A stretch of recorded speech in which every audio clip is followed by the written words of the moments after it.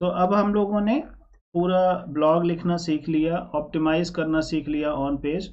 तो एसईओ का आज नेक्स्ट पार्ट जो होगा, हम एफएक्यू स्कीमा समझेंगे कि कैसे हम एफएक्यूज का स्कीमा लिखते हैं। इस एफएक्यूज का जो स्कीमा होता है, एक एक्सएमएल कोड होता है, उसको हम ब्लॉग के अंदर डालते हैं। तो ये जो चीज़ें होती है ना, इसको ऑप्टिमाइज करना होता है। तो इसको करने के लिए क्यों ज़रूरी होता है कि जब आप यहाँ कोई सर्च मारते हैं, जैसे आपने डाला यहाँ पर, सपोज ये वाला आपने कोई सर्च किया, तो आप देखोगे यहाँ पर स्निपेट आते हैं। देखो एफएक्यूज आता है यहाँ पे, क्वेश्चन आंसर, ये सब चीज़ें कैसे आती हैं।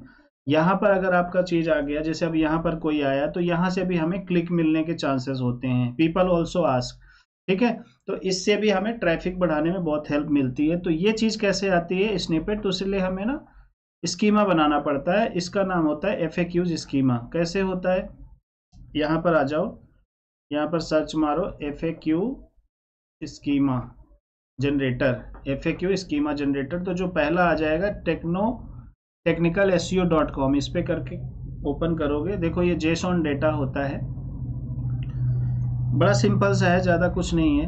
आप देखो पहले समझो स्कीमा कितने तरह के होते हैं कि आर्टिकल होता है, ब्रेड क्रम्ब होता है, इवेंट होता है, एफएक्यू होता है, हाउ टू होता है। तो हम लोग आर्टिकल का तो बाय डिफॉल्ट है ही। देखो अगर आप यहाँ पर देखोगे एसईओ जो का रैंक मैथ का प्लगइन आपने डाला, यहाँ देखो ये स्कीमा आर्टिकल आ रहा है।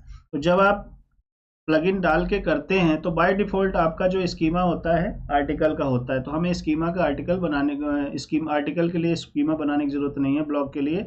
लेकिन एफएक्यूज का बनाना है, तो हम यहाँ पर जाएंगे, एफएक्यू सेलेक्ट करेंगे यहाँ पर, और देखो यहाँ पर ये क्वेश्चन और आंसर है, ठीक है। तो या तो आप क्या करो, इसको कॉपी मारो, ठीक है, यहाँ पर ऐसे पेस्ट करो, एक एक क्वेश्चन एक एक आंसर आपको पेस्ट करना पड़ेगा ऐसे, ठीक है। फिर उसके बाद ऐड क्वेश्चन करो, देखो ये कोड जनरेट हो रहा है। ऐसे आपको सारे करने पड़ेंगे। दूसरा तरीका क्या है, यहाँ पर जाओ, कॉपी करो और चैट जीपीटी खोलो, ठीक है। दोनों ऑप्शन बता रहा हूँ, यहाँ पर आपको एक एक करना पड़ेगा, और ये पूरा जो कोड है ना, ये ले जाके आपको डालना पड़ता है अपनी ब्लॉग में। तो अभी एक बार पहले इसको समझते हैं। तो आपको अगर चैट जीपीटी पे क्रिएट करना है एक ही बार में, तो चैट जीपीटी पे गए, यहाँ पर गए, आप उसको बोलते हैं प्लीज क्रिएट एफएक्यू स्कीमा, ठीक है, please create FAQ schema for below content, ठीक है। बस उसको कॉपी पेस्ट मार दो। आपका जो ब्लॉग का एफएक्यूज है ना, पूरा जो है, जितने क्वेश्चन आंसर है सारे यहाँ पर पेस्ट कर दो, ठीक है। तो ये क्या करेगा, आपको स्कीमा लिख के दे देगा। देखो ये कोड इसने एक बार में लिख के दे दिया, तो आपको यहाँ से इतना मेहनत नहीं करना पड़ेगा जितना आपको यहाँ से आ जाएगा, ठीक है। अब क्या करना है आपको, ये देखो इसने क्वेश्चन आंसर सब अपने आप लिखना शुरू किया। तो आपको क्या लिखना है प्रॉम्प्ट में, please create FAQ schema for, मैंने स्कीम लिखा है लेकिन आप स्कीमा लिखना फॉर बिलो कंटेंट। तो ये सारे एफएक्यूज अपना पेस्ट कर देना। अब ये आ गया। नेक्स्ट क्या करना है, इसको कॉपी करना है, यहाँ से ऐसे कॉपी किया और यहाँ पर गए, जैसे ये वाला ब्लॉग था, तो ध्यान रहे कि जो ब्लॉग है उसी को, तो आप इसको एडिट पोस्ट पे क्लिक करो। अगर आप यहाँ से खेले हो, नहीं तो आप यहाँ से भी एडिट पे क्लिक कर सकते हो, ठीक है। जो भी ब्लॉग का आप एफएक्यू स्कीमा लिखोगे, आप उसके कोड में जाना, कोड में जाने के बाद सबसे नीचे चले जाना। ध्यान रहे विजुअल में नहीं, कोड में, क्योंकि ये जो कोड है ना ये दिखता नहीं है। और यहाँ सबसे नीचे पेस्ट कर देना ऐसे, ओह सॉरी, ये वाला कॉपी करो, ये वाला कॉपी कोड, जेसॉन को कॉपी करना और यहाँ पेस्ट कर देना ऐसे कोड, और वापस विजुअल पे जाना और देखना डिजाइन तो खराब तो नहीं हुआ। ये क्या हो गया, ये दिखने लग गया है, एक मिनट रुको, इसको कुछ करना पड़ेगा, ये दिखना नहीं चाहिए। इसको कंट्रोल जेड करो, इसको रिमूव करते हैं पहले, रुको। अब जैसे मान लो, पहले तो इसको ये समझते हैं कि क्या चीज़ है। अब जैसे यहाँ पर देखो, क्या ये स्क्रिप्ट का कोड है, ये देखो ये लगना, अगर हम ये पूरा लगा लेंगे, तो आप क्या करो, एक बार यहाँ से भी ले लेना, तो इसको पूरा कॉपी करो एक को पहले, ठीक है। नहीं तो आप इसको बोलो ऐसे, please give me in format so that code is not visible on front. तो वो क्या करेगा, उसके आगे स्क्रिप्ट ऐड कर लेगा। देखो ये स्क्रिप्ट, ये और ये स्क्रिप्ट टैग जब रहेगा उसके अंदर जब डालोगे तो ये कोड बाहर दिखेगा नहीं। देखो ये लिख के दे देगा, देखो इसने लिख के दे दिया, ठीक है, ये इस तरह से करके दे दिया। अब ये रीराइट कर रहा है, एक बार रीराइट कर लेने दो। अब हम इसको क्या करेंगे, पूरा जैसे ही पूरा हो जाएगा तो 5-10 जितने भी आपके FAQs हैं चैट जीपीटी से आपको फटाफट फटाफट क्रिएट करके मिल जाएंगे। अब इसको हम कॉपी करेंगे, कॉपी कोड, और जाएंगे और जो हमारा ये कोड है, कोड के अंत में जाएंगे, यहाँ पर क्लिक करके लास्ट में जाएंगे और पेस्ट कर देंगे और विजुअल पे चले जाएंगे। ठीक है, देखो यहाँ पर दिखाई दे रहा है, कुछ नहीं दिखाई दे रहा। अब इसको आप कर दो अपडेट। ठीक है, अब अगर हम इसको रिफ्रेश करके जाके देखते हैं बाहर, तो देखो कैसा दिखेगा। ये आपके लिए नहीं होता, ये गूगल के लिए होता है, यूजर के लिए नहीं होता है, ये गूगल के लिए होता है। हम इसको ऑप्टिमाइज करते, देखो यहाँ कहीं कुछ नजर आ रहा है, नहीं आ रहा है। अब हमें स्कीमा को वैलिडेट करना है, तो क्या करना है, इसको कॉपी करेंगे। तो जब आपका पब्लिश्ड है यूआरएल, तब तो आप यूआरएल कॉपी करोगे, नहीं तो सिर्फ स्क्रिप्ट करोगे। इसको वैलिडेट करना पड़ेगा सही भी है कि नहीं। तो आप यहाँ पर जाओगे, वापस यहाँ पर जाना है, गूगल स्कीमा वैलिडेटर, ध्यान रहे गूगल स्कीमा वैलिडेटर, और यहाँ पर टेस्ट करना है। यहाँ पर गए, go to rich snippet result test, और यहाँ पर यूआरएल डाल दो जहाँ पे हमने पेस्ट किया था, और इसको टेस्ट पे क्लिक करो। अब ये टेस्ट कर रहा है जो आपने कोड डाला था। हम गूगल पे जाके चेक कर रहे हैं कि भैया मेरा जो कोड है वो रिच स्निपेट में आएगा कि नहीं आएगा, वो ये चेक करके बता देगा। अगर कोई प्रॉब्लम होगी तब बता देगा, और अगर नहीं है तो भी बता देगा। एक और वेबसाइट आप वहाँ पे भी टेस्ट कर सकते हो, schema.org वैलिडेटर। आप यहाँ पर भी जाके वैलिडेट कर सकते हो। जैसे हम यहाँ पर गए,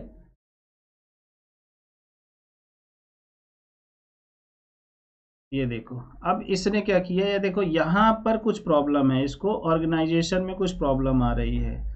क्या आ रही है, फेनल इन्फोटेक मिसिंग, ये छोड़ दो, इससे कोई लेना देना नहीं। टाइप नेम यूआरएल ये छोड़ दो, ये कोई प्रॉब्लम नहीं है। मेन जो दिक्कत है वो हमारा जो कंटेंट है वो होना चाहिए। देखो FAQ हमारा सारा ठीक है, आर्टिकल डिटेक्टेड, इस यूआरएल में आर्टिकल डिटेक्टेड, FAQ स्कीमा आ गया जो हमने डाला था वो ये है। ये देखो ये एकदम परफेक्ट है, मतलब हमारा जो है। अगर हमें कोड टेस्ट करना हो तो जो आप यहाँ से ना ये भी चेक कर सकते हो, इस कोड को कॉपी करो जो आपने डाला है। अब आप क्या करो, यहाँ पे यूआरएल मत डालो, आप कोड चेक कर लो, यहाँ पर जाके पेस्ट कर लो। ठीक है, और टेस्ट कर लो कि ये आपका स्कीमा ठीक है कि नहीं है। बाकी यहाँ से भी आप चेक कर सकते हो। अगर मैं यहाँ पर डालूंगा कोड स्निपेट में और पेस्ट कर दूंगा रन टेस्ट, तो ये बता देगा हाँ जी ये देखो ये चीज़ है, तो ये ठीक है, मतलब इसमें कोई प्रॉब्लम नहीं है। ये देखो ये वैलिड है, डिटेक्टेड, कहने का मतलब दिस इज परफेक्ट। तो इस तरह से आपको स्कीमा जनरेट कर करके जितने भी ब्लॉग हैं आपके सारे डालने हैं। तो जो शेड्यूल किया आपने, मान लो अगर आपने इसको क्लिक किया, एडिट पे क्लिक किया जो आपने ऑलरेडी कर रखा है, तो आपको क्या करना है, सिंपल, जैसे हम यहाँ पर गए, FAQs के जितने क्वेश्चंस है ना वो सारे आपको कॉपी करने, सिर्फ क्वेश्चन लेना, FAQ नहीं लेना है। यहाँ पर गए और यहाँ पर हमने इसको ऐसे कॉपी किया, और यहाँ पर गए, इसको बोलेंगे please create another FAQ schema. ठीक है, और नीचे अपना पेस्ट कर दो। ठीक है, इतना कर दिया। अब इसका तो यूआरएल दिखाएगा नहीं क्योंकि ये वेबसाइट पब्लिश ही नहीं है। तो इसके लिए आपको कोड जब जनरेट करेगा, उस कोड को आपको वैलिडेट करना है। कहाँ से करना है, गूगल से करना है। तो दो तरीका है, आप यहाँ से भी जनरेट कर सकते हो, डेंसू करके है स्कीमा जनरेटर, या तो आप चैट जीपीटी से कर लो, इससे अच्छी कोई बात ही नहीं है। बस ये है कि आपको एक बार चेक जरूर करना है कि भाई वो वैलिड होना चाहिए, और उसको सही जगह पे पेस्ट करना है। तो इस सेशन में सिर्फ मैं आपको इतना ही बताऊंगा। इतना करके जितने भी ब्लॉग आपने लिखे, सबसे पहले सबका FAQ स्कीमा तैयार कर लो। उसके बाद फिर हम नेक्स्ट डिस्कस करेंगे सर्विस पेज के कंटेंट कैसे क्रिएट करेंगे, और उसको फिर ऑप्टिमाइज कैसे करेंगे। तो कंटेंट क्रिएट करना बहुत, अब देखो यहाँ पर भी है, यहाँ पर कुछ एरर आ गया है। क्या एरर आ गया है, URL is not available on the Google. क्यों, यहाँ पर कुछ, यहाँ पर करते हैं हम लोग इस पे कोड पे, क्योंकि मैंने यूआरएल में डाल दिया था। यहाँ देखो ये हमारा FAQ बढ़िया हो गया, ये वैलिड है। तो एक बार जब चेक कर लोगे तो बार बार चेक करने की जरूरत नहीं। अब यहाँ पर आ जाओ कोड में आके सबसे नीचे आ जाओ। ठीक है, यहाँ कंक्लूजन के नीचे सबसे नीचे, ठीक है, जहाँ पर पूरा एंड हो जाए वहाँ पर, और पूरा कोड पेस्ट कर दो। और पेस्ट करने के बाद आप विजुअल में भी चले जाना, देख लेना कि ऐसे आ रहा है कि नहीं, कोई फालतू का कोड दिखना नहीं चाहिए, और उसके बाद कर दो पब्लिश ऐसे अपडेट। ये हो गया। बस इसी तरह से आपको FAQs का स्कीमा करना है। ये SEO ऑन पेज SEO का बहुत इंपॉर्टेंट पार्ट है। स्कीमा आपको जरूर क्रिएट करना आना चाहिए अगर अपनी वेबसाइट को अच्छे से जल्दी आप रैंक करना चाहते हो। जैसे how to learn digital marketing किसी ने डाला, तो देखो आप अगर आप स्कीमा करोगे तो यहाँ पर भी आपका कंटेंट आ सकता है, साथ के साथ आपका कंटेंट इसमें भी आ सकता है, ये भी स्कीमा का ही पार्ट है। ठीक है ना, पीपल ऑल्सो आस्क में। ठीक है, तो इस तरह से आप जितने भी ब्लॉग हैं उसका कर लो। तो आर्टिकल का स्कीमा तो ऑलरेडी होता ही है इसमें, क्योंकि ये हमारे SEO प्लगइन में ही है, बाय डिफॉल्ट आता है। हमारा FAQ भी हो गया, तो जो भी है जिसमें FAQ नहीं होगा उसमें केवल आर्टिकल का स्कीमा दिखाएगा, जिसमें आपका FAQ का है उसका ये भी दिखाएगा। तो इससे आपके कंटेंट में विजिबिलिटी बढ़ने के चांसेस बहुत ज़्यादा हो जाते हैं। तो that's all for now.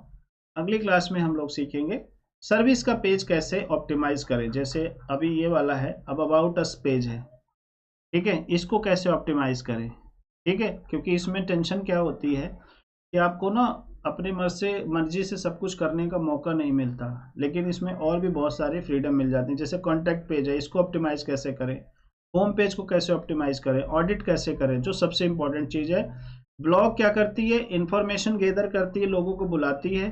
Service page, contact page, ये सब क्या करते हैं, सेल करने में काम आते हैं। ठीक है, तो चलो ठीक है, आप समझ में आया होगा। Thank you.